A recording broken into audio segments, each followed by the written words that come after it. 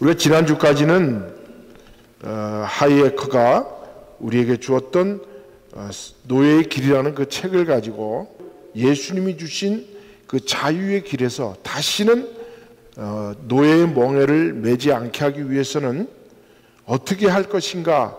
그래서 이 하이에크가 우리에게 제시한 노예로 가지 않기 위한 길, 역으로 하면 이 제목을 그렇게 읽을 수 있어요. 노예로의 길로 가지 않기 위해서는 어떻게 할 것인가. 그것을 우리가 13주 동안 13번에 걸쳐서 쭉 한번 살펴봤습니다. 그러다 보니까 이제 우리가 자연적으로 어떤 결론에 우리가 귀착되냐 하면, 오늘 이 말씀을 통해서 우리는 믿음을 갖는다고 하면서 우리가 믿음 생활하다 보면 제일 우리가 먼저 그 세상에서 걸그치는 말이 뭐냐 하면, 아니 정교가 분리되어 있다 그러는데 왜 교회에서 정치 이야기를 하느냐 하는 그런 사람들이 많이 있어요. 그죠? 예. 그거는 하나를 알고 둘을 모르는 사람들이 하는 말입니다. 왜냐하면 예수님 당시에나 또 예전에는 정치가 그렇게 중요하다고 생각하지 않았어요. 왜?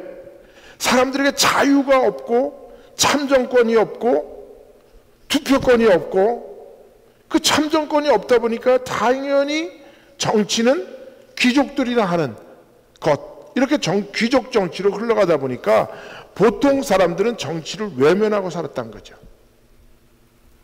그러면 마르틴 루터가 종교개혁을 일으키고 우리가 신앙으로부터, 성경의 말씀으로부터 자유라는 개념을 깨닫고 나니까 하나님이 주신 그 자유 속에는 거기에는 어마어마한 비밀들이 감춰져 있는데, 그것은 뭐냐? 그 하나님이 주신 자유 속에는 바로 생명이 있었고, 거기에는 우리가 어떻게 하면 더 행복하게 살 수 있는 권한이 있을까? 우리가 그것을 어떻게 하면 쟁취할 것인가? 그런 문제에 부딪히다 보니까 자연적으로 이 세상에 우리 사회생활을 하다 보면 정치, 경제, 사회, 교육, 문화 뭐 이렇게 나눠지잖아요. 그죠? 이제 우리가 초현대를 살다 보니까. 그런데 그 모든 것 중에서 가장 중요한 것이 무엇인가를 한번 여러분 생각해 보세요. 우리가 아무리 좋은 교육 시스템이 있다 할지라도 정치가 잘못되면 그 교육은 무슨 교육으로 바뀌어요? 전교조 교육으로 바뀌죠. 그죠? 우리가 아무리 사회의 문화가 발달했다 할지라도 정치가 어느 순간 바뀌어버리면 그 문화가 독재 문화가 되고, 사람들은 서로가 서로를 지시하고 질투하고 시기하는 그런 사회로 바뀌어나가는 거예요. 정치가 하나 잘못됨으로 말미암아 경제가 완전히 땅에 떨어질 때도 있다는 거죠. 정치가 하나 잘못됨으로 말미암아 어떤 나라는 신앙의 자유를 박탈당하는 그런 세상도 있다는 것을 우리가 지금 초현대를 살면서 무엇이 중요하냐? 바로 정교 분리라는 그 원칙 속에서 우리가 정치와 종교는 분리되어야 된다고 생각하면 우리가 알지 못하는 사이에 종교가 정치에 종속돼 버리고 말다. 그 시대가 어떤 시대였느냐 하면 우리가 잘 아는 유럽의 천년의 암흑기, 그게 바로 우리가 잘 아는 캐톨릭의 그 온 정치와 세상의 모든 역사와 문화를 전부 다 흑암의 색으로 집어 넣었던 그 세대를 우리는 천년의 흑암의 역사라고 이야기를 하죠. 그리고 사람들이 성경을 말씀을 통해서 말씀으로 데려다가 보니까 예수님이 우리에게 주신 자유라는 것이 무엇인가를 깨닫다 보니까 그거를 쟁취하기 위한 약 500년의 투쟁이 있었죠. 그게 유럽의 역사예요. 그리고 그 유럽으로부터 신앙의 박해를 받고 종교의 자유를 찾아서 신대륙으로 온 사람들, 그 사람들이 이 신대륙에서 미국이라는 나라를 만들게 되었던 거죠. 그들이 미국이라는 나라를 만든 이유가 뭘까요? 그것은 더 이상 우리가 종교의 자유, 신앙의 자유를 빼앗기지 아니하리라. 그 유럽에 있던 사람들이 왜 신대륙으로 목숨을 걸고 이주했을까요? 우리 한마디로 딱 말하면 뭐예요? 신앙의 자유, 진정한 자유를 찾기 위해서 오지 않았습니까? 그러면 이곳에서 우리가 마음껏 내 신앙을 영위하며 하나님을 부르며 살 수가 있는데, 그런데 여기에도 나라가 세워지고 정부가 만들어지고 정부를 통해서 국가의 법이 만들어지면 어쩌면 또 여기도 정치가 종교를 지배하는 세상이 올지도 않을까요? 거기에 대한 반발로, 거기에 대한 우려로 말미암아 오히려 국가가 교회에게 정교 분리를 이야기한 게 아니라 정치가 먼저 종교에게 정교 분리를 이야기한 것이 아니라 교회가 정치권을 향해서 우리의 신앙에 손대지 마세요. 간섭하지 마세요. 우리는 그렇게 간섭받던 유럽에서 우리는 신앙을 마음껏 영위하기 위해서 이곳에 왔어요. 그러나 우리가 정부가 만들어지면 또 정치가 우리의 신앙을 간섭할 수도 있을지 모르니까 우리에게 간섭하지 마세요. 그 원칙이 정교 분리의 원칙이에요. 이해가시죠? 그 반대예요, 그죠? 우리가 지금까지 생각했던 정교 분리라는 말은 종교는 정치에 관여하지 말고 열심히 그냥 돈나 닦아라, 우리 이렇게만 생각했잖아요, 그죠? 그게 아니라는 거예요.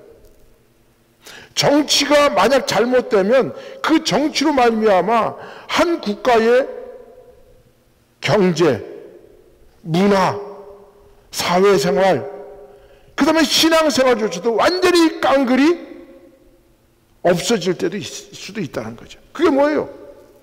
바로 공산주의 사회잖아요. 공산주의라는 정치 제도가 들어옴으로 말미암아 그렇게 동방의 예루살렘이었다고 사람들의 칭송을 받던 평양의 부흥이 하루아침에 교회 철탑이, 십자가 철탑이 땅으로 떨어지고 교회가 무너지고 불타버리고 교회가 사라지고 이제는 어용교회만 남게 됐다는 거죠.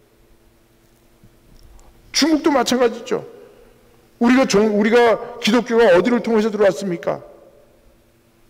중국의 토마스 선교사를 통해서 처음에 성경이 전해지고, 로수 선교사가 그 고려인들에게, 조선 청년들에게 복음을 전하기 시작하면서 서북 청년단을 통해서 우리나라에 성경이 전해졌어요. 그러니까 어쩌면 우리보다 먼저 믿었던 나라가 바로 중국이에요. 근데 중국이 어떻게 했습니까? 1949년도에 모태똥이가 중공이라는 나라를 만든 이후로 교회가 사라졌어요. 그러면 우리가 얘기하듯이 종교가 분리되면 정치가 어떻게든 말더라도 종교는 놔둬야 될 거 아니에요. 터치하지 말아야 될 거 아니에요. 아니잖아요. 정치가 잘못되면 교회도 막 신앙도 종교도 다 쌍그리째 사라져버리게 된다는 거죠. 그렇다면 우리 믿는 사람들은 어떻게 됩니까? 두 눈을 부릅뜨고 정치권이 하나님 말씀대로 국민들의 정의와 국민들의 권리와 우리들의 생명과 우리의 재산을 보호해주고 있는가, 거기에 대한 체크업이 필요하죠. 그러죠? 그래서 어떤 정치학자는 이렇게 이야기합니다. 국민들이 정치권을 볼 때는 어떻게 보는 게 가장 좋으냐? 태양과 사람과의 관계로 보면 된다. 그게 뭐냐? 우리가 태양에 너무 가까이 가면 어떻게 돼요? 타 죽게 되죠, 그죠? 근데 태양으로부터 더 멀어지면 어떻게 돼요? 추워서 얼어 죽죠. 그러니까 적당한 쪽에 있으라 이거죠. 그러나 이렇게 적당하다는 말은 정치에 대해, 신앙인들이 정치에 대해서 무관심하지 말라는 말이 아니에요. 우리가 중앙에 서서 있다가 정치가 잘못돼서 국가의 국민의 안전 보장이 무너지고 국민의 재산이 차압받게 되고 그러므로 말미암아 우리 신앙을 마음껏 그 자유를 누리지 못하게 된다면 우리는 정치권에 항의해야 되는 거죠. 그렇잖아요. 그러니까 우리가 믿는 사람들이 정신 똑바로 차리고 이 세상이 어떻게 변해가느냐, 우리 믿음 생활 어떻게 우리가 단단히 준비하고 나가느냐. 여러분 아침에 딱 일어나면 제일 먼저 뭐부터 봐요? 요즘 전화기에서 몇 년만 뜨는 게 뭐예요? 오늘의 날씨 이렇게 뜨잖아요, 그죠? 오늘의 날씨에 온도가 몇 도? 비가 오는지 안 오는지, 오늘 더운지 아닌지, 그걸 보고 오늘 아침에 문을 나설 때 내 옷차림이나 내 마음의 가짐이 틀리잖아요, 그죠? 그 비가 오거나 흐린다 그러면 우산 들고 가고, 오늘 쨍쨍한다 그러면 우산 들고, 가방에 있던 우산도 꺼내서 우산통에 집어넣고 가잖아요. 마찬가지예요.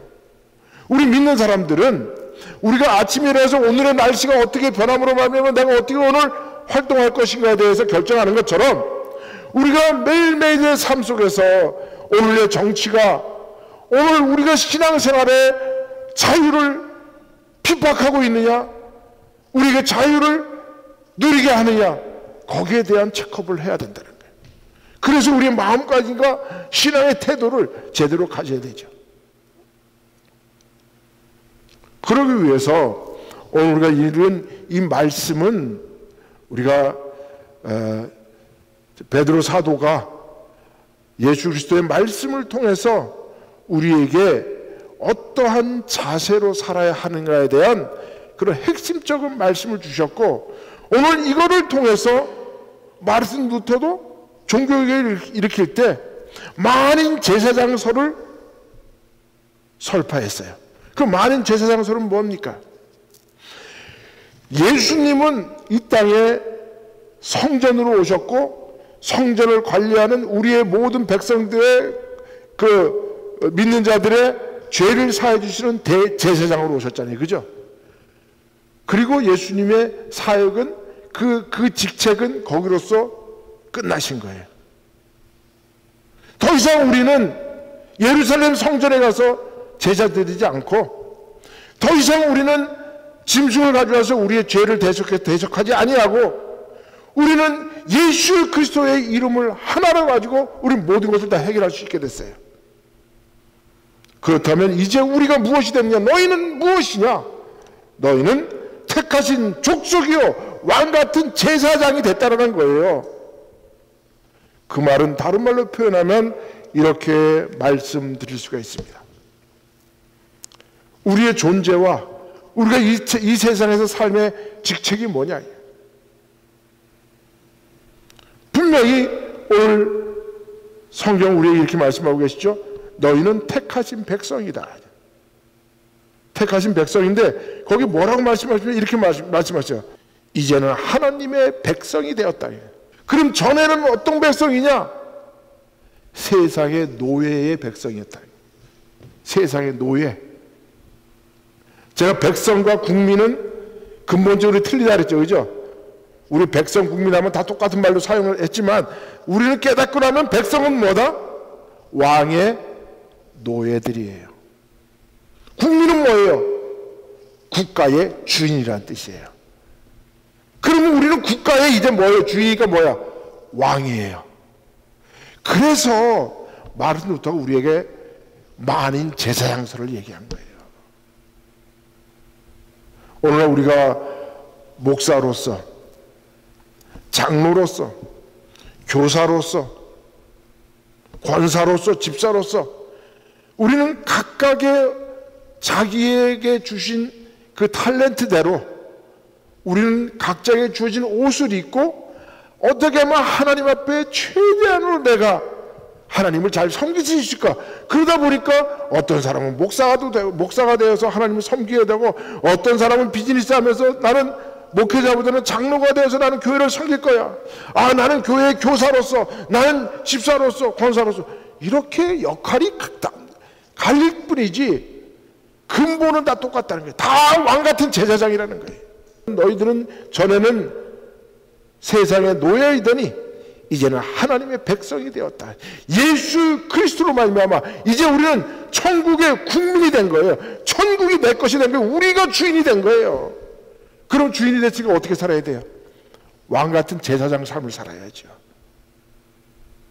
그 말씀을 우리에게 해주고 계시거든요. 그러니까 우리의 아이덴티티는 이제 뭐예요? 이제 우리는 세상의 노예예요. 세상 왕의 노예가 아니라, 백성이 아니라, 우리의 아이덴티티는 이제 우리는 자유시민이다. 예수님이 주신 진리를 알지니 진리가 너희를 자유케 하리라는 진리를 가지고 우리는 자유함을 얻은 사람들이에요. 그걸 우리는 성경에서는 천국 백성이다 그러는 거예요. 그리고 우리 세상에서는 뭐라고 이야기하느냐? 자유민주주의 국민이다 라고 말하는 거예요. 그럼 그 다음에 왕같은 제사장이라는 건 뭐냐? 우리는 왕같은 제사장이지만 그런 어마어마한 권력을 하나님이 우리에게 각각에게 다 주셨어. 그러니까 똑같이 너도 갖고 나도 갖으니까 우리는 뭐야? 권력을 서로 분산해야 돼. 어떻게 분산할 것이냐? 내게 주어진 권한을, 내게 주어진 자유를 나를 위해서만 사용하는 것이 아니라 뭐를 위해서? 다른 사람들을 위해서 사용하는 온유의 정신을 가지라는 거죠. 저 온유라는 말은 제가 정의해 드렸죠. 그죠? 온유는 뭐라 했어요? 히브리어로 아나브다. 아나브는 뭡니까? 내게 주어진 자유와 권리를 나를 위해서 사용하는 것이 아니라 남을 위해서 사용하는 그러한 정신이 바로 온유의 정신이다. 그 온유를 이 땅에 오셔서 최대한대로 우리에게 모범을 보이신 분이 바로 예수님이에요. 우리가 한번 따라올려 봅시다. 누가복음 22장 42절 말씀입니다. 이것이 온유의 핵심이에요. 한번 읽읍시다. 아버지여, 만일 아버지의 뜻이거든 이 잔을 내게서 옮기시옵소서. 그러나 내 원대로 마옵시고 아버지의 원대로 되기를 원하나이다. 이게 예수님의 온유함이에요. 우리가 온유하다는 말은 따뜻하고 부드럽고 뭐 그런 것 같지만요, 온유는 뭐예요? 내게 가져 있는 권리, 내게 주어진 자유, 내게 주어진 권한, 다른 말로 표현하면 내게 있는 힘, 이것을 나를 위해 사용하는 것이 아니라 누구를 위해서? 다른 사람을 위해서 사용하는 그런 사람이 바로 천국 백성이라는 거예요. 그런 사람을 우리는 뭐라고 부르냐? 왕같은 제사장이라고 부르는 거예요. 할렐루야. 예. 그래서 오늘날 그러한 사람들이 만들어 놓은 정치 체제가 뭐냐? 공산주의가 아니고 왕정주의가 아니라 전체주의가 아니라 뭐다? 모든 국민 한 사람 한 사람에게 똑같이 권력이 나눠진 분산된 그러한 정치 제도를 우리는 자유민주주의라고 이야기하는 거예요. 자유민주주의. 우리는 그 자유민주주의 속에서 지금까지 자유를 만끽하고 있어요. 여러분 지금 살면서 여러분 자유를 누가 억압받나요? 여러분 먹고 싶은데 누가 못 먹게 하나요? 당신 못 먹는 이유는 뭐예요? 살찔까봐. 살과의 전쟁을 위해서 안 먹을 뿐이지 누가 먹지 말라 그래서 내가 우리 집사람한테 먹지 마 그런다고 우리 집사람이 안 먹나요? 예. 누구에게도 우리는 지금 자유를 억압받지 않아요. 왜 그렇습니까? 어디에 살고 있기 때문에 그렇습니까? 자유민주주의 기본 질서 속에서 살아가기 때문에 그래요. 단지 내가 절제하는 것은 뭐예요? 내 속에 내가 모든 걸 다 할 수 있으나 내가 그것을 나를 위해 사용하지 않고 다른 사람을 위해서 사용하려고 내가 노력하기 때문에 그걸 절제하는 거예요. 그래서 우리가 자유민주주의라는 정치 제도는 너무나 우리가 잘 아는 것처럼 입법권이라는 국회와 사법권이라는 그런 재판부와 그 다음에 행정권이라는 입법부가 이렇게 서로 각자의 기둥을 세워서 서로가 서로를 체크 앤 밸런스, 그죠? 예. 체크 앤 밸런스를 통해서 국가가 서로의 권력을 서로 나눠가는 거예요. 그리고 그 권력은 모든 백성에게 똑같이 나눠가는 거예요. 권력을. 그게 바로 왕 같은 제사장인 거예요. 그리고 백성은 내가 나가서 직접 가서 정치하기는 내가 먹고 살기도 힘들고 바쁘고 그러니까 내 대신 누가 가서 내 의사를 대신해 줄 사람, 그 대신할 사람을 뽑아서 우리가 그것을 대표자, 나의 대표자, 그죠? 예, 그 대표자를 뽑아서 보내서 우리는 그 사람들이 가서 우리 대신 정치하세요라고 그 사람들을 뒤로 밀어주는 거예요. 그거를 우리는 국회의원이라는 거예요. 국회. 예. 그래서 우리는 그거를 대의민주주의, 대의제, 내 대신 가서 의사를 전달해주는 대의제다 그런 거죠. 왜? 우리가 직접 민주주의를 하면 어떻게 돼요? 무슨 안건을 하나면 모두가 다 서울로 올라가야 되잖아요. 우리가 미국의 정치의 1번지는 워싱턴 DC니까 대통령이 뭐 하나 안건 내면 우리 그거 투표하려면 온 국민이 미국에 있는 3억 2천만의 국민이 다 그쪽으로 몰려가야 되잖아. 그럼 얼마나 불편해요. 그러니까 그러지 말고 각각의 인구수대로 우리가 대표를 뽑아서 우리를 대신하자. 그래서 대의제를 해서 우리는 간접민주주의를 하는 거예요. 그래서 입법부가 만들어지고 그 입법부를 통해서 사법부와 행정권이 서로 견제하면서 나가게 되는데 그 자유민주주의 기본 질서가 아직 8가지가 있는데 우리는 항상 이거를 체크할 줄 알아야 돼요. 여러분 옛날에 우리가 그 과학 시간에 배웠던 리트머스 실험지라는 게 있잖아요. 그죠? 리트머스 실험지. 실험지가 뭐냐면 만약에 독이 들어있는 무슨 물이 있다. 그럼 거기다 종이를 집어넣으면 거기가 칼라가 변한다. 그거 우리는 그렇게 실험하는 걸 우리가 리트머스 실험지라고 그렇게 얘기를 하잖아요. 똑같이 우리가 지금 민주주의 정치제도 속에서 살지만 정치인들이 정말 정치를 잘해서 민주주의를 자유민주주의를 이끌어간다면 우리가 걱정할 필요가 없어. 그럼 우리는 뭐야?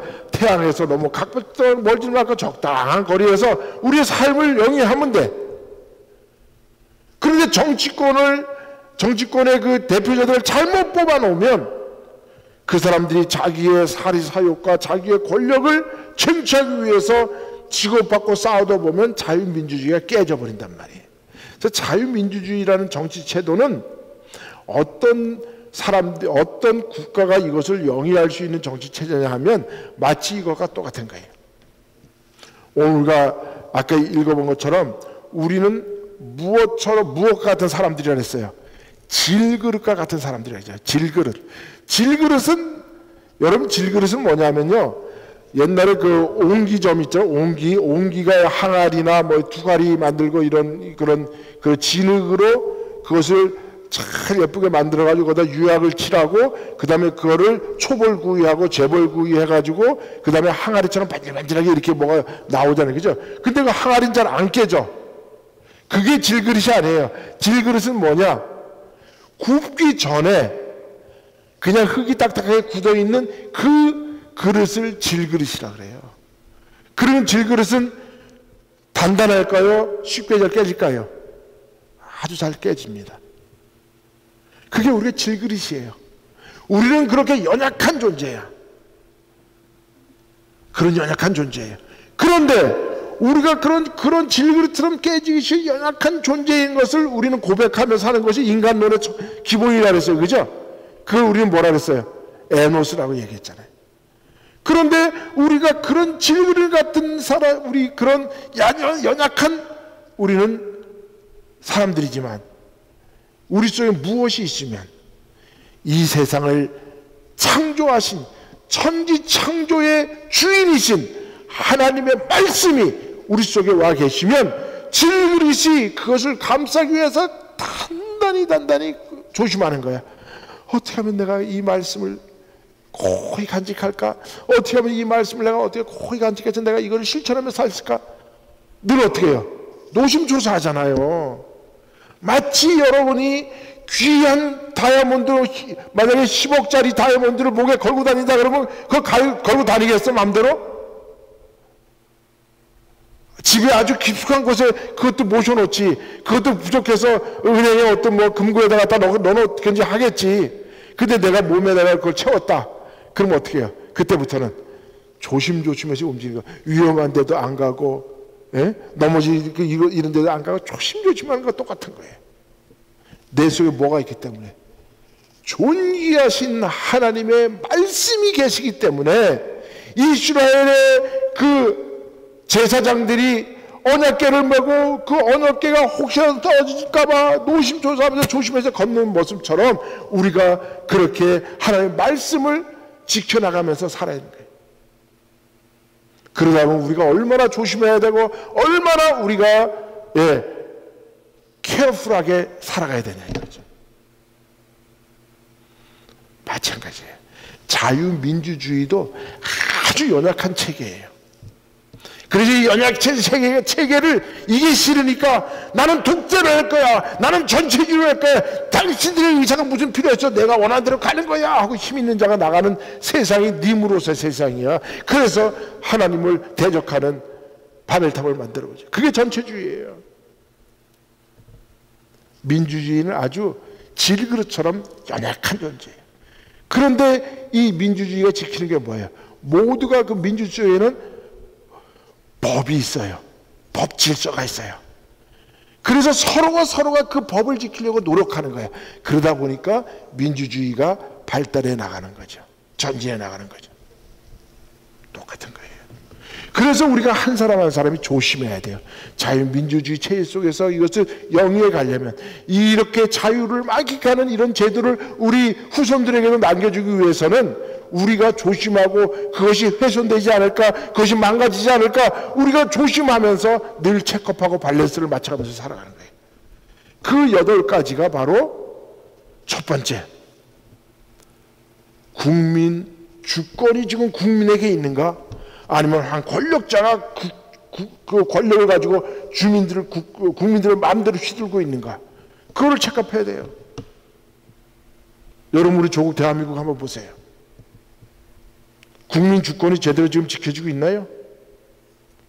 그 한 사람 때문에 정과 사범에다가 13가지 범죄를 저지르고, 그런 사람이 지금 자기 마음대로 입법과 사법과 행정권을 지금 다 자기 손에 쥐어들려고, 혹시라도 자기가 범죄 저지르는 것 그 재판 다시 열릴까봐 사법권의 최고 주장인 대법원장도 지금 끌어들이려고 하는. 그러니까 우리가 그걸 봐야 돼요. 국민이 눈을 부릅뜨고 지금 저 권력자가 국민의 누구의 권리를 지금 마음대로 행사하고 있지 않는지 쳐다봐야 되는 거예요. 그걸 체크해야 돼요. 그거를 볼 수 있는 사람이 진정한 천국 백성 국민인 거예요. 두 번째 뭡니까? 모든 사람들이 기본적 인권이 제대로 누려지고 있느냐. 어떤 사람은 돈이 있다고 유전 무죄되고 무전 유죄되는 이런 일들이 벌어지고 있지 않는가? 법불 악의, 법은 모든 사람 앞에 평등해야 되는데 법이 혹시라도 권력 앞에 무릎 꿇고 있는지 아닌지 그거를 체크해야 된다는 거예요. 그래서 전직 대통령을 탄핵시켜가지고 감옥에 넣어놓고 그렇게 벗어 있는, 뭐 덥다고 그 교도소에 있는 사람들은 다 여름에는 옷을 벗으라고 거기 교도소장이 얘기를 한대요. 거기는 에어 컨디션이 없으니까. 그래서 벗고 속옷만 입고 그냥 있으라라고 이렇게 허락을 하는데도 그걸 사진 찍어가지고 온 국민에게 창피 주고. 모든 사람들이 인권이 똑같이 지켜지는 안 되는 걸 봐야 되는 거예요. 나 내 인권 안 건드렸으니까 되겠다. 다른 사람의 인권이 망가지면 내 인권도 언젠가는 망가진다는 것을 우리가 깨달아야 되는 거예요. 그 권력이 언젠가는 나에게 창이 돼서 돌아온다니까요. 그 인권은 뭐예요? 내 생명. 내 생명은 누구한테 달려 있어요? 내게 달려 있지만 내 생명은 내가 마음대로 할 수 있어야 돼요. 왜 내가 내 마음대로 할 수 있느냐? 하나님이 나에게 준 거기 때문에 내 거예요. 그래서 다른 사람에 의해서 내 생명이 좌지우지 돼서는 안 되는 거예요. 하나님 누가 주셨어요? 하나님이 나에게 준 거야. 생명은 하나님이 나에게 생명을 주었기 때문에 나는 그 생명을 소중히 여기는 거예요. 누구에게만 줬어요? 나에게만 준 거예요. 그래서 생명이 준 거예요. 그 생명은 뭐로 주셨냐? 하나님이 우리가 선물로 주셨다니. 선물. 여러분, 내가 장로님한테 선물을 드렸는데 에이 이 선물 이거 뭐 목사님이 이런 걸 저가 쓰레기통에 탁 번져버려. 그럼 준 사람 손이 얼마나 민망하겠어. 그죠? 그런데 하나님이 생명을 내게 주셨는데 선물로 내가 그 생명을 함부로 마음대로 생명을 굴려버리면 선물을 주신 하나님의 손이 얼마나 민망하겠어요.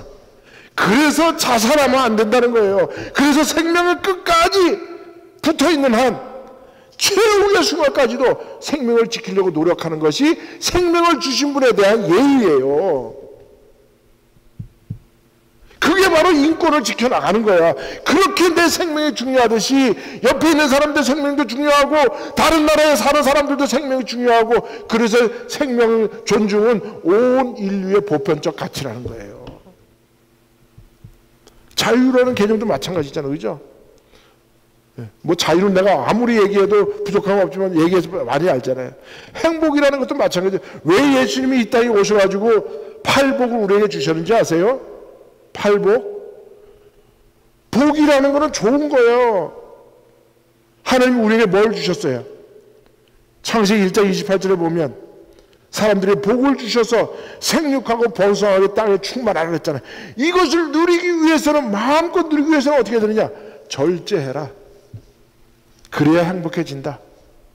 그래서 마음이 가난한 자는 복이 있나니 마음이 청결한 자는 복이 있나니 마음이 온유한 자는 복이 있나니 그 팔복을 말씀해 주신 거야. 복 받고 살으라는 거야.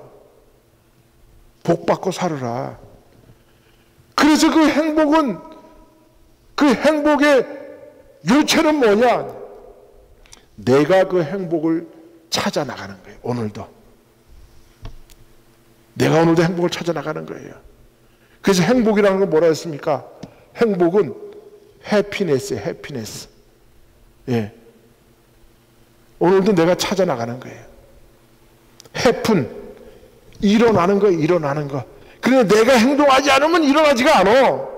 그럼 내가 행복 찾기 위해서는 어떻게 해야 돼? 행복을 얻기 위해서는 내가 노력해야 돼. 누군가 나에게 행복을 갖다 주면 그것은 해픈이 일어나는 것이 아니라 불행의 전조야. 시조야. 그렇잖아요. 내 행복 내가 찾아야지. 저놈의 인간 결혼을 했는데 이 행복이 아니라 이건 지옥이야 뭐 이러면서 맨날 그 행복을 내가 한번 만들어 봐요. 옆 사람이 갖다 주는 게 아니야. 남편이 갖다 주는 게 아니야. 남편을 행복하게 하는 거는 그 아내를 행복하게 해주는 건 내게 달려 있는 거야. 내게. 내가 해픈해야 내가 뭔가를 일으켜야 행복해지는 거예요.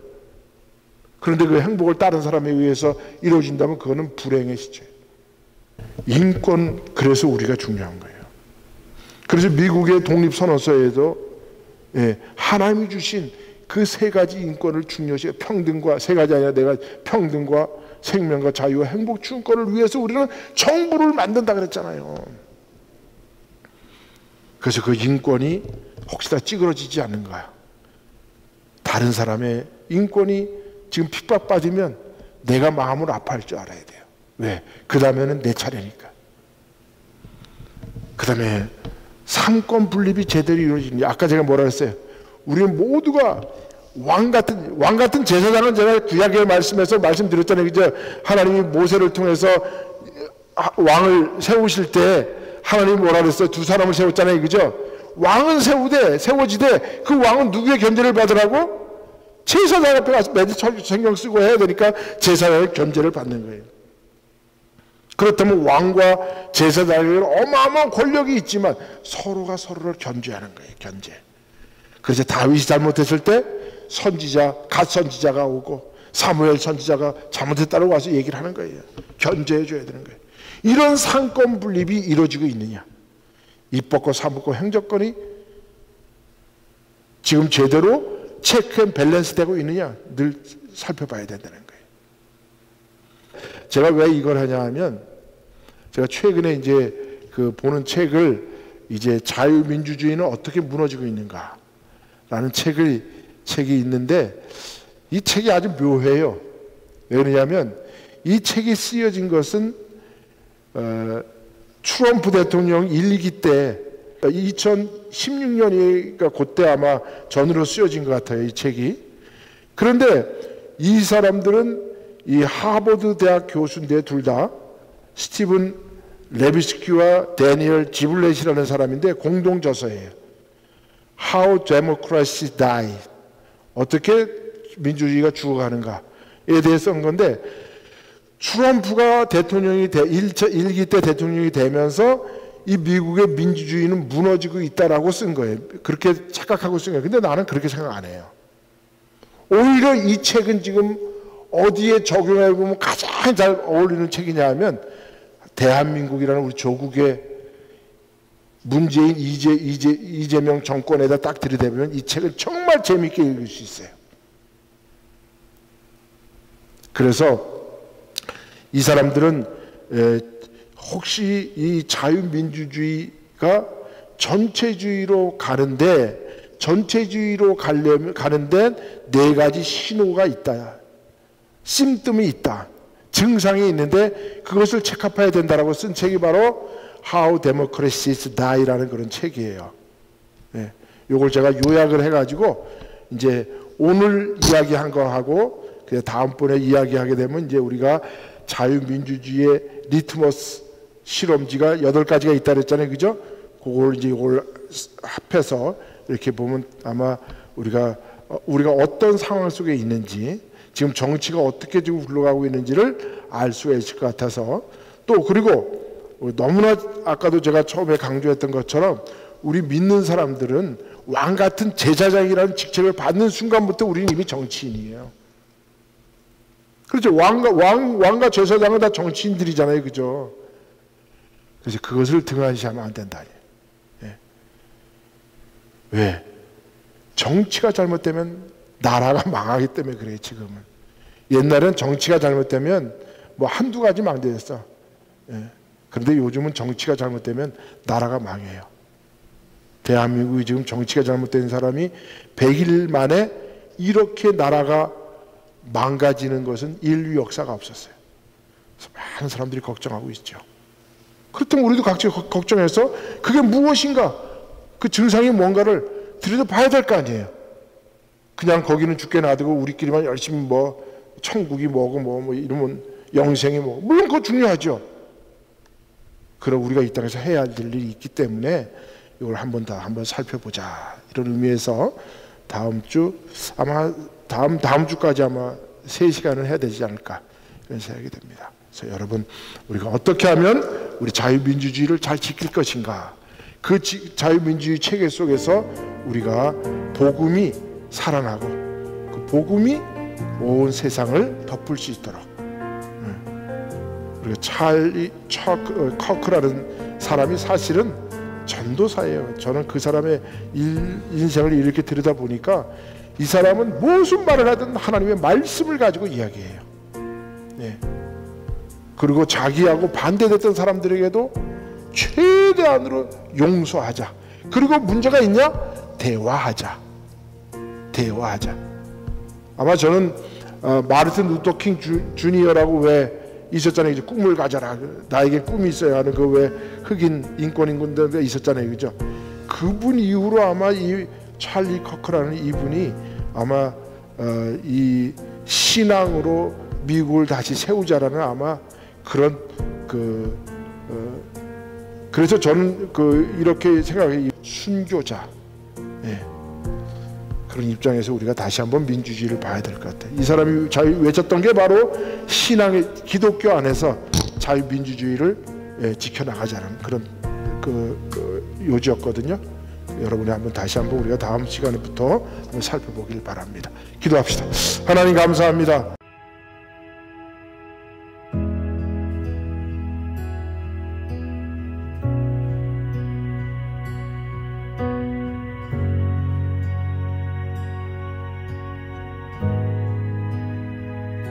주님 놀라우신 길을 만드는 기적의 주 어둠 속에